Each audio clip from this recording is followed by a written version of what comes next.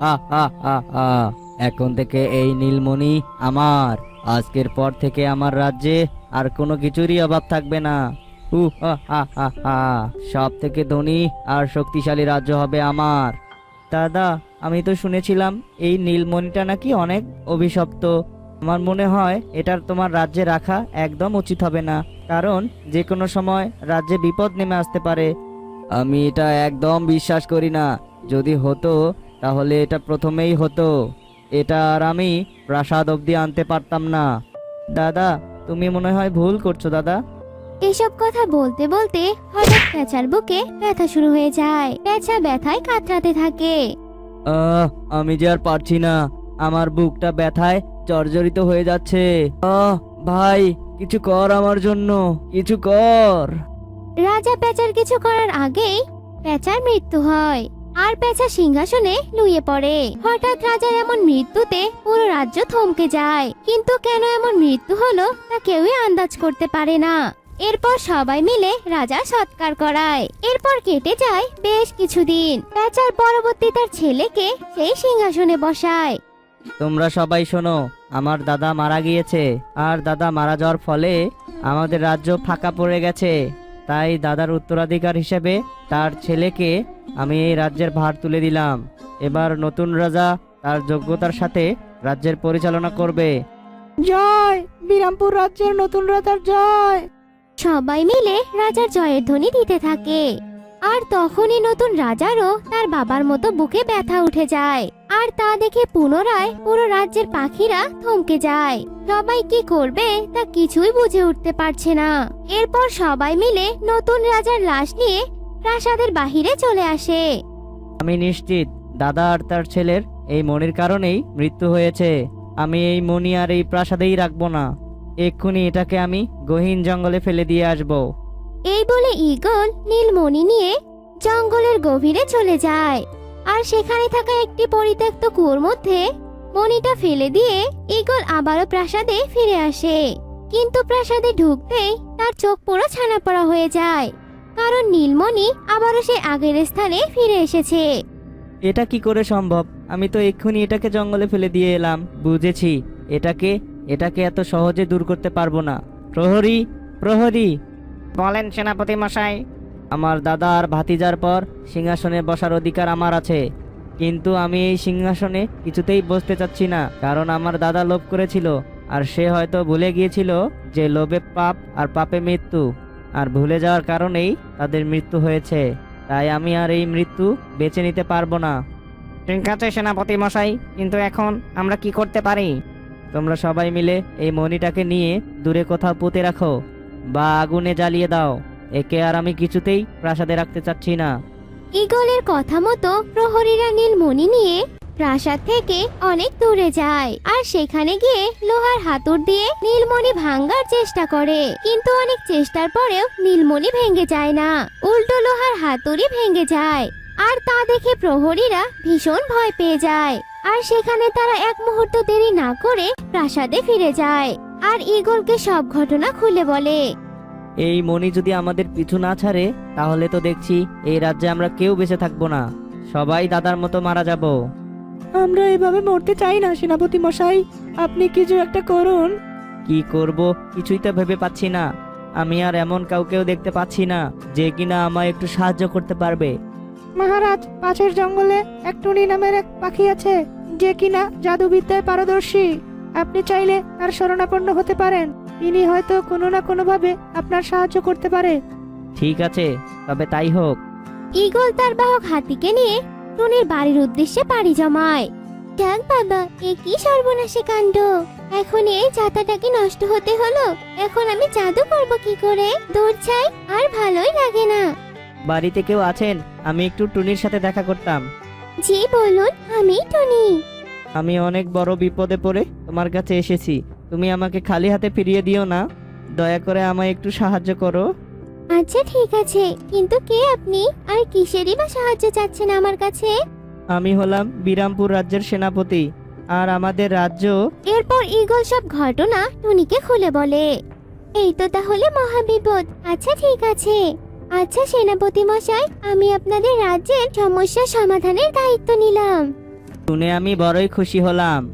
আপনি এখন আপনার রাজ্যে ফিরে যান আর নীলমণির দিকে ভালোভাবে নজর দিন। আমি এদিকে আমার গুরুমাতার সাথে দেখা করে আসছি। টুনির কথা মতো ঈগল আবার তার রাজ্যে ফিরে যায় আর টুনি তার গুরুমাতার সাথে দেখা করার জন্য তার গুহায় যায় আর সব ঘটনা খুলে বলে। ওই নীলমণি এক রাক্ষসে বাঘের চোখের মণি। ওই মণিকে সরিয়ে আনার কারণে বাঘ এখন নিদ্রাহীন জীবন কাটাচ্ছে, যার কারণে বাঘের স্বাভাবিক জীবনযাপন কাটাতে বাধা সৃষ্টি হচ্ছে। আর বাঘ তা সহ্য করতে না পেরে ওই নীলমণিকে অভিশপ্ত করেছে, আর যে সেই মণিটা লোভে পড়ে নিবে তার মৃত্যু হবে। আর তার কারণে রাজা আর তার পুত্রের মৃত্যু হয়েছে। হ্যাঁ, তাই হয়েছে। এখান থেকে কি বাঁচার কোনো উপায় নেই গুরুমাতা? আছে, তবে ওই নীলমণি আবার সেই বাঘের চোখে স্থানান্তর করতে হবে, আর তাতেই সেই বাঘ শান্ত হয়ে যাবে। আর যদি শান্ত হয়ে যায় তাহলে আবার সবকিছু আগের মতো হয়ে যাবে। কোথায় আছে সেই বাঘ, আর কি করেই বা আমি তার কাছে পৌঁছাবো? বাঘিনী পর্বতের চূড়ায় আছে সেই বাঘ, আর সে পর্বতে গিয়েই তোকে সেই মণিটা আসল জায়গায় রাখতে হবে। তবে হ্যাঁ, বাঘিনী পর্বতের পথ কিন্তু অনেক দুর্গম, তোকে অনেক সাবধানে সেই পর্বতে যেতে হবে। ঠিক আছে গুরুমাতা, তবে তাই হবে। আপনি শুধু আমাকে আশীর্বাদ করুন। তথাস্তু। এরপর টুনি উড়ন্ত মাধুরী করে সেই নীলমণি নিয়ে বাঘিনী পর্বতের দিকে এগিয়ে যেতে থাকে। আর কিছুদূর যেতেই নেমে আসে বিপর্যয়। সূর্য কালো হয়ে আসে, চারিদিকের মেঘগুলো সাদা থেকে কালো বর্ণ ধারণ করে। চারিদিকে মেঘগুলো অস্থির হয়ে ওঠে, আর কিছু মেঘ এসে উড়ন্ত চাদর গ্রাস করে নেয়, আর অমনি টুনি ঠাস করে মাটিতে পড়ে যায়। বাপ রে বাপ, এই ঝোপঝাড়গুলোর জন্য বড় বাঁচা বেঁচে গেলাম, কিন্তু এখনো তো বাঘিনী পর্বত আসতে অনেক দেরি। এত তাড়াতাড়ি আমার জাদু কাজ করা কেন বন্ধ হয়ে গেল? এদিকে তো রাতও হয়ে গিয়েছে। এই অবস্থায় তো আমি কোথাও যেতে পারবো না, আমাকে এখানেই রাত কাটিয়ে দিতে হবে। এই বলে টুনি তার জাদু প্রয়োগ করে একটি ঘর প্রকট করতে যায়, কিন্তু তার জাদু আর কিছুতেই কাজ করে না। এখানেও তো আমি ব্যর্থ হয়ে গেলাম। এদিকে তো পেটে আমার ক্ষুধাও লেগেছে। ওই তো সামনে কিছু কলা দেখা যাচ্ছে, যাই আমি গিয়ে কটা কলা খেয়ে আসি। টুনি গুটি গুটি পায়ে সামনে এগোয়, আর কলা গাছ থেকে টুনি কটা কলা খেয়ে একটি গাছের নিচে শুয়ে বিশ্রাম নিতে থাকে। কিছুক্ষণ বিশ্রাম নেওয়ার পর হঠাৎ টুনির চোখ খুলে যায়, আর তার চোখের সামনে অনেকগুলো জোনাকি পোকা দেখতে পায়। ওরে বাবারে, এগুলো এমন ভয়ঙ্কর কেন? এ কি, সবগুলো জোনাকি ওদিকে কোথায় যাচ্ছে? দেখি তো পিছু নিয়ে। টুনি জোনাকিগুলোর পিছু পিছু যেতে থাকে, আর কিছু দূর যেতেই টুনির চোখ পুরো ছানা পড়া হয়ে যায়। এত ঘন জঙ্গলের মধ্যেও যে এত মনোরম দৃশ্য আছে আমি তো ভাবতেও পারিনি। জোনাকিগুলো কেমন আপন মনে আলো জ্বালিয়ে যাচ্ছে। আমি বরং একটা কাজ করি, এখান থেকে একটা ফুল তুলে নেই, বাড়ি গিয়ে সবাইকে দেখাবো। এই বলে টুনি জল জল করে একটা ফুল ছিঁড়ে নিয়ে নিজের হাতে রাখে, আর অমনি জোনাকিগুলো উড়ে এসে টুনির দিকে চলে আসে। মনে হচ্ছে এই ফুলের আলোয় জোনাকিগুলোকে আকৃষ্ট করছে। না না, এখানে আর এক মুহূর্ত থাকা যাবে না, আমাকে এক্ষুনি ফুলটা লুকোতে হবে। টুনি ফুলটা নিয়ে দ্রুত সেই স্থান ত্যাগ করে আর সোজা সামনের দিকে হাঁটতে থাকে। ফুলটা লুকিয়ে ফেলেছি, এবার আর আমার কোনো ভয় নেই। দেখি সামনে কোনো গুহা পাই কিনা। টুনি অন্ধকারের মধ্যে সামনে এগোতে থাকে, কিন্তু অন্ধকার বেশি হওয়াতেই টুনি পথ ভুলে যায়, আর সামনে একটা বড় কিছুকে সে গুহা মনে করে তার ভিতরে ঢুকে যায়। এ কি, এই গুহাটা এমন করে নড়ছে কেন? আর ভিতরটা এমন পিচ্ছিল বা কেন? এ আমি কোথায় ঢুকে পড়লাম? হা হা হা, তুই আমার পেটের ভিতরে ঢুকে পড়েছিস, এখন আর তোকে এখান থেকে বাঁচার কোনো রেহাই নেই। হা হা হা হা, আমি থাকতে এত সহজে কেউ বাঘিনীর রাজ্যে যেতে পারবে না। যেই যাবে এভাবেই আমি তাকে গিলে খাবো। রাক্ষসটি আনন্দে হাসতে থাকে। এদিকে টুনি ভিতরে পড়ে যায় মহা বিপদে। আমার তো দম বন্ধ হয়ে আসছে, আমি যদি এখান থেকে বেরোতে না পারি তাহলে যে বিরামপুর রাজ্যকে আমি কিছুতেই বাঁচাতে পারবো না। কি করি? পেয়েছি, আমি বরং ফুলটা বের করি। ফুলের আলোয় জোনাকিগুলো সব চলে আসবে আর এসে এই রাক্ষসীর গায়ে আগুন জ্বালিয়ে দিবে। এরপর টুনি নিজের বুদ্ধিমতো ঝুড়ি থেকে ফুলটা বের করে। এদিকে ফুলের আলোয় জোনাকিগুলো ছুটে চলে আসে। আর সবগুলো রাক্ষসীর মুখের ভিতর দিয়ে ঢুকে পড়ে। অমনি রাক্ষসীর পুরো শরীর আগুনে জ্বলে পুড়ে ছাই হয়ে যায়। আর টুনি বাহিরে বের হয়ে আসে। ওই তো বাঘিনী পর্বত, আর বাঘও তো সেখানেই দাঁড়িয়ে আছে। এখন আমি বাঘের কাছে পৌঁছই কি করে? আর এখানে তো আমার কোনো জাদুই কাজ করছে না। এমন সময় বাঘের চোখ থেকে আলো বেরিয়ে এসে নীলমণির উপরে পড়ে।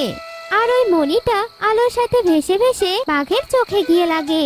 আর বাঘ শান্তি পেয়ে আবারও নিদ্রায় চলে যায়। আর টুনি খুশি মনে বিরামপুর রাজ্যে ফিরে আসে। সেনাপতি, আপনাদের রাজ্যে আর কোনো ভয়ই থাকলো না। এবার আপনি শান্তিতে রাজ্য পরিচালনা করতে থাকুন। তোমাকে অনেক ধন্যবাদ, তুমি আমাদের অনেক বড় উপকার করলে। পরোপকার যে মহৎ গুণ, আর আমি সেই মহৎ গুণে নিজেকে নিয়োজিত রাখতে চাই। এরপর থেকে বিরামপুর রাজ্যের রাজা হয়ে ওঠে ঈগল, আর অনেক ভালোভাবে রাজ্য পরিচালনা করতে থাকে। শিমুলপুর বনে টোনা তার স্ত্রী টুনি ও তার বৃদ্ধ বাবা রাজু টোনাকে নিয়ে থাকতো। টোনা ছিল অনেক অলস, সে কোনো ধরনের পরিশ্রমী কাজ করতে পারত না। টোনা সারাদিন শুয়ে বসে দিন কাটাচ্ছিল। টোনার বাবা অসুস্থ হয়ে পড়ছিল দিন দিন। একদিন রাজু টোনা টুনিকে ডেকে বলে, বৌমা, টোনা কোথায়? হ্যাঁ বাবা বলুন, কিছু লাগবে আপনার? জল দেব আপনাকে? না মা, আমার কিছু লাগবে না। আসলে মা, তোমাকে একটা জরুরি কথা বলার ছিল। আমার এই অলস ছেলেকে ঠিক করতে করতে আমি বৃদ্ধ হয়ে গিয়েছি, কিন্তু আমি আমার এই অপদার্থ ছেলেকে ঠিক করতে পারিনি। আমার মনে হয় আমি বেশি দিন আর বাঁচবো না। এখন আমার মনে হচ্ছে আমার ছেলের ঘাড়ে কোনো অলস ভূত ভর করেছে। এখন ওর মাথার ভূত ছাড়ানোর দায়িত্ব তোমার। মা, তুমি আমাকে কথা দাও, তুমি আমার ছেলেকে পরিশ্রমী করে তুলবে। বাবা, আপনি কোনো চিন্তা করবেন না, আমি যথাসাধ্য চেষ্টা করব ওনাকে পরিশ্রমী বানানোর। যাক বাবা, বাঁচলাম। এখন আমি শান্তিতে শেষ নিঃশ্বাস ত্যাগ করতে পারবো। দেখতে দেখতে বেশ কিছুদিন কেটে যায়। আর বেশ কিছুদিন পর টোনার বাবা অসুস্থ হয়ে যায় আর মারা যায়। আর টোনার বাবার ইচ্ছে মতো টুনি কাজ করতে থাকে। একদিন টুনি ভাবে, আমি কিভাবে টোনাকে পরিশ্রমী করতে পারবো? আমার মাথায় তো কোনো বুদ্ধি আসছে না। পেয়েছি, আমি যদি টোনাকে জমির কাজে সাহায্য করি, তাহলে নিশ্চয়ই টোনা আমার কাজে সাহায্য করতে আগ্রহী হবে। যাই, গিয়ে টোনাকে ঘুম থেকে ডেকে তুলি। এই বলে টুনি টোনাকে ঘুম থেকে জাগাতে চলে যায়। টোনা, এই টোনা, তুমি আর কত ঘুমাবে বলো তো? এখন ঘুম থেকে ওঠো, মাঠে কাজে যেতে হবে। এত সকাল সকাল ডাকছো কেন বলো তো? এতদিন বাবার জন্য ঠিকমতো শান্তিতে ঘুমাতে পারিনি, আর এখন তুমি শুরু করে দিয়েছো। আমি আর একটু ঘুমাবো টুনি। টোনা, ওঠো না টোনা, তোমার জন্য একটা সুখবর আছে। যদি সুখবরটা শুনতে চাও তাহলে তাড়াতাড়ি উঠে পড়ো। এই আমি উঠেছি, এবার বলো কি সুখবর? আজ থেকে আমিও তোমার সাথে জমিতে যাব আর তোমার সাথে কাজ করব। চলো এবার টোনা। এরপর থেকে টুনি টোনার সাথে জমিতে কাজ করতে শুরু করে। টুনি প্রতিদিন সকালবেলা টোনাকে নিয়ে জমিতে কাজ করতে যেত, কিন্তু সামান্য কাজ করার পরই টোনা বিরক্ত হয়ে যেত আর সেখানেই ঘুমিয়ে পড়তো। আর বেচারি টুনি একাই পরিশ্রম করত। এইভাবে বেশ কিছুদিন কেটে যায়। একদিন টুনি আবারও ভাবতে থাকে, না, টোনাকে তো কিছুতেই পরিশ্রমী করা যাচ্ছে না। ভেবেছিলাম একসাথে কাজ করলে টোনার হয়তো কাজে আগ্রহ বাড়বে, কিন্তু এতেও তো কোনো লাভ হচ্ছে না। আমাকে অন্য কোনো উপায় ভাবতে হবে। টুনি ভাবতে থাকে যে কিভাবে টোনার অবস্থার উন্নতি করা যায়। একদিন বনের রাজা সেনাপতি ঘোষণা দেয়, শোনো শোনো শোনো, জঙ্গলের সব প্রজারা, আগামীকাল রাজা বিনামূল্যে সবাইকে ফসলের বীজ দেবে। আগামীকাল রাজপ্রাসাদে গিয়ে সবাই বিনামূল্যে ফসলের বীজ নিয়ে আসবেন। টুনি এই ঘোষণা শুনে টোনার কাছে যায়। টোনা শুনছো? আগামীকাল রাজা মশাই সব কৃষকদের ফসলের বীজ বিনামূল্যে দেবেন। সত্যি বলছো? বিনামূল্যে নাকি আবার কোনো টাকা নেবে? না, কোনো টাকা নেবে না, একদম ফ্রিতে বীজ দেবে। বিনামূল্যে ফসলের বীজ দেওয়ার কথা শুনে টোনার চোখে মুখে খুশির রেওয়াজ দেখা যায়, আর টুনি সেটা খেয়াল করে। পরের দিন সকালবেলা টোনা বীজ নেওয়ার আনন্দে ঘুম থেকে ওঠে। কি ব্যাপার টোনা, আজকে সূর্য কোন দিকে উঠেছে যে তুমি এত সকালে ঘুম থেকে উঠেছো? টুনি, তোমার কি মনে নেই যে আজকে রাজামশাই বিনামূল্যে ফসলের বীজ দেবে? আমি বীজ নিতে গেলাম। আরে, হাত মুখ ধুয়ে তো যাও, আর এত সকালে তো মনে হয় কেউ আসেনি। কিন্তু টোনা টুনির কোনো কথা না শুনেই বীজ নিতে চলে যায়। টোনার বিনামূল্যে বীজ নেওয়ার কথা শুনে টুনির মাথায় একটি বুদ্ধি আসে। বেশ কিছুক্ষণ পর টোনা অনেকগুলো ফসলের বীজ নিয়ে বাড়িতে আসে। টুনি, দেখো কতগুলো বীজ বিনামূল্যে দিয়েছে। আজকে আমি অনেক খুশি হয়েছি টুনি। টুনি, তুমি জানো আমি বীজ নেওয়ার জন্য সবার প্রথমেই দাঁড়িয়েছিলাম। টুনি টোনার প্রত্যেকটা কথা মনোযোগ দিয়ে শোনে আর মনে মনে বলে, টোনার এই খুশিটা আমাকে কাজে লাগাতে হবে, তবেই টোনার অলসতা দূর করা যাবে। পরের দিন টুনি টোনাকে বলে, টোনা জানো, রাজামশাই আজকে আবারও ঘোষণা দিয়েছে। কি ঘোষণা দিয়েছে টুনি? রাজামশাই কি আবারও ফ্রিতে বীজ দেবে নাকি অন্য কিছু? না না, রাজামশাই এবার ফ্রিতে বীজ দেবে না, এবার গরু দেবে। কি বলছো কি? এটা তো আরো অনেক ভালো খবর টুনি। কবে দেবে বলো বলো, আর কোন জায়গায় দিবে বলো? জানো টোনা, গরু পাওয়া এত সহজ নয়। রাজামশাই ঘোষণা দিয়েছে যে কৃষক আগামী 3 মাসে সবচেয়ে ভালো ফসল ফলাতে পারবে তাকেই গরু দেবে। ও, এই ব্যাপার। এটা তো খুব সহজ কাজ। আমি রাজামশাইয়ের গরু জিতবই জিতবো। এটা সহজ কাজ নয় টোনা, ভালো করে ফসল না ফলালে তো গরু পাওয়া যাবে না। আর তুমি তো কোনো কাজ করতেই চাও না, তাহলে আমরা কিভাবে গরু পাবো বলো তো? আমি আজ থেকে প্রচুর পরিশ্রম করব আর গরু জয় করবই করব। তুমি দেখো টুনি, একবার এত কষ্ট করে ফসল ফলালে আমি তো ভালো গরু পাবো। সেটা আমার ভাবতে তো ভীষণ খুশি লাগছে। তারপর থেকে টোনা প্রতিদিন তার জমিতে কাজ করতে থাকে। টোনা জমিতে হাল চাষ করে, পানি দেয় আর সব একাই করতে থাকে। নিয়মিত সে প্রতিদিন জমির পরিচর্যা করত। ধীরে ধীরে টোনার জমি ফসলে ভরে ওঠে। একদিন টোনা আর টুনি ওদের জমির পাশে দাঁড়িয়ে কথা বলছিল। টুনি, দেখো আমাদের জমিতে কত সুন্দর সুন্দর সোনালী ধান ফলেছে। এখন শুধু ধানগুলো পাকার অপেক্ষা। টোনা, সারা বনে সবার থেকে আমাদের ফসল সব থেকে ভালো হয়েছে, তার মানে তুমি হবে রাজামশাইয়ের গরু বিক্রেতা। টুনি, আমি ভাবছি কি আমাদের এসব ফসল আমি শ্রমিক দিয়ে কাটাবো। এত সব ফসল আমি একাই তো কাটতে পারবো না। টোনার এমন কথা শুনে টুনি মনে মনে বলে, বুঝেছি, তোমার ঘাড়ে আবারও আলসেমির ভূত চেপেছে। তোমার ভূত তাড়ানোর বুদ্ধিও আমার জানা আছে। কি হলো টুনি, কি ভাবছো? কিছু বলছো না যে? আমার কথার উত্তর দাও। তুমি শ্রমিক দিয়ে ফসল কাটাবে তো বেশ, কোনো সমস্যা নেই, কিন্তু তুমি তো আর রাজামশাইয়ের গরু জিতবে না, কারণ রাজামশাই যে শর্ত দিয়েছে নিজের জমির কাজ নিজেকেই করতে হবে। এখন তুমি ভাবো তুমি কি করবে? না না, এত দূর এসে আমি বিনামূল্যের গরুটা হাতছাড়া করতে পারবো না। আমি নিজেই কাটবো আমার ফসল। এরপর থেকে টোনা তার পরিশ্রম অব্যাহত রাখে। বেশ কিছুদিন পর ফসল পাকার পর টোনা তা নিজেই কাটে এবং নিজেই মাড়াই ঝাড়াই করতে থাকে। টুনি, দেখো দেখো আমাদের অনেক ফসল ফলেছে। এবার আমাকে বলো তো, গরু নিতে আমাকে কোথায় যেতে হবে? তোমাকে গরু নিতে যেতে হবে না টোনা, রাজামশাইয়ের লোক নিজেরাই আসবে তোমার কাছে গরু নিয়ে। পরের দিন কবুতর টুনির বাড়িতে আসে আর 1,00,000 টাকা নগদ দিয়ে সব ফসল নিয়ে যায়। আর টুনি ওই টাকা থেকে 2টো গরু নিয়ে আসে। এই দেখো, রাজামশাইয়ের লোক তোমার জন্য গরু পাঠিয়েছে। কি মজা, কি মজা! এত বড় বড় গরু, তাও আবার ফ্রিতে। আমার তো ভাবতেই ভীষণ খুশি লাগছে। এগুলো তোমার টাকার গরু, আর এই নাও 50,000 টাকা। এগুলো আমার টাকার গরু মানে? আমাকে আবার এত টাকা দিচ্ছ? কি ব্যাপার টুনি? ব্যাপারটা আমাকে খুলে বলো তো শুনি।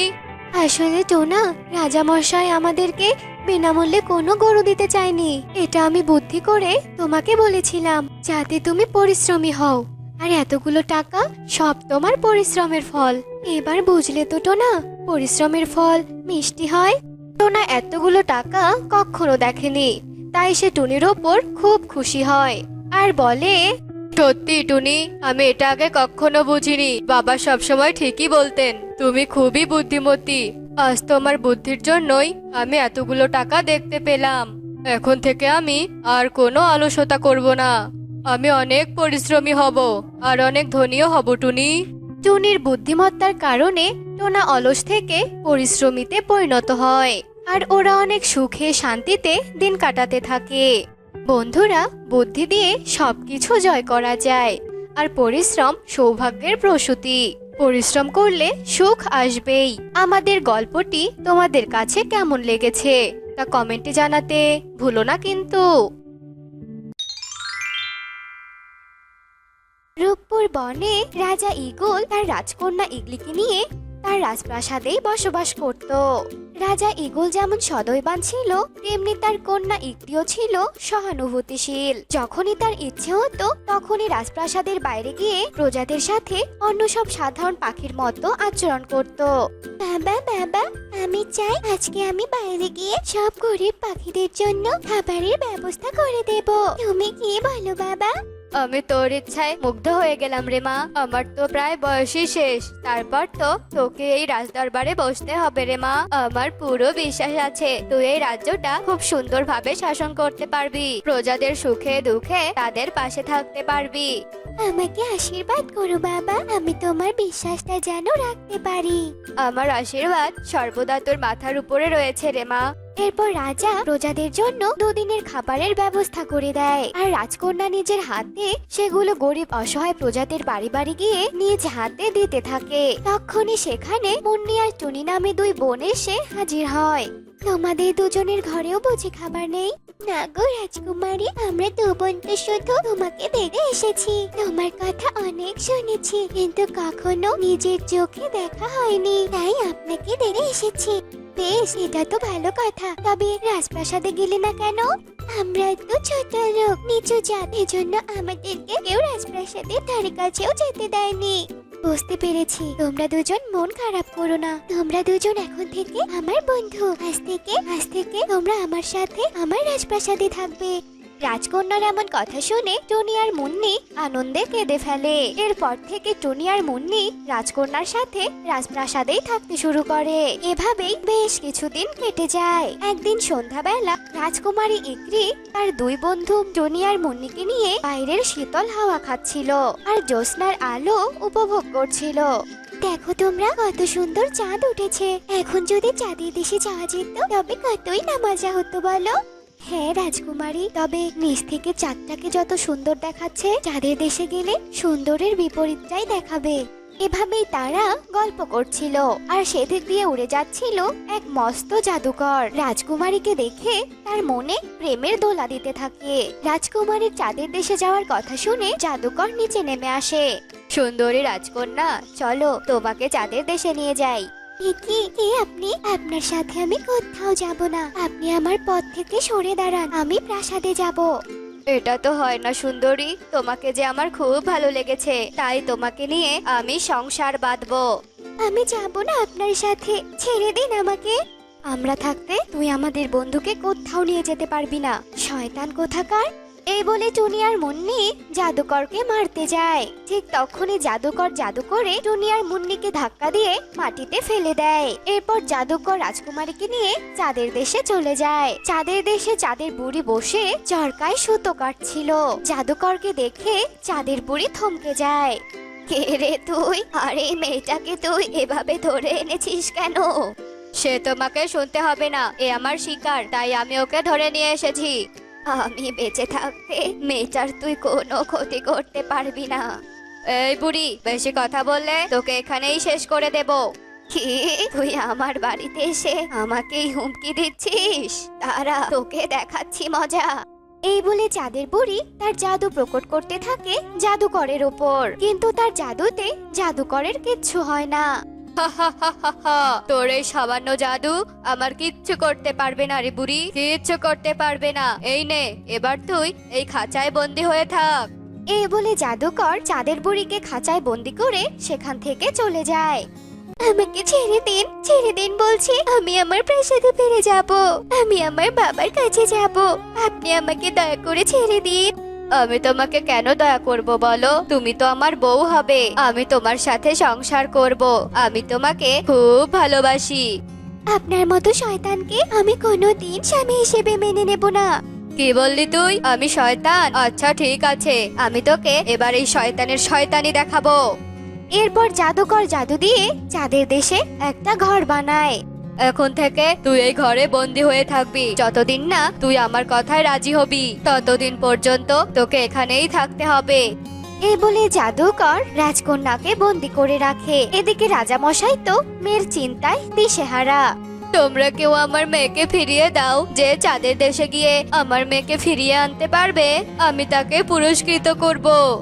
রাজার কথা শুনে কেউ রাজি হয় না, সবাই সবার জীবন নিয়ে ভয় পায়। তখন টুনি আর মুন্নি বলে, রাজা মশাই, আমরা দু বোন যাব আমাদের বন্ধুকে বাঁচাতে। রাজকন্যা কত ভালো, আমাদের কত সাহায্য করেছে, আমাদের কত ভালোবেসেছে, আমরা ওনার কিচ্ছু হতে দেব না রাজা মশাই।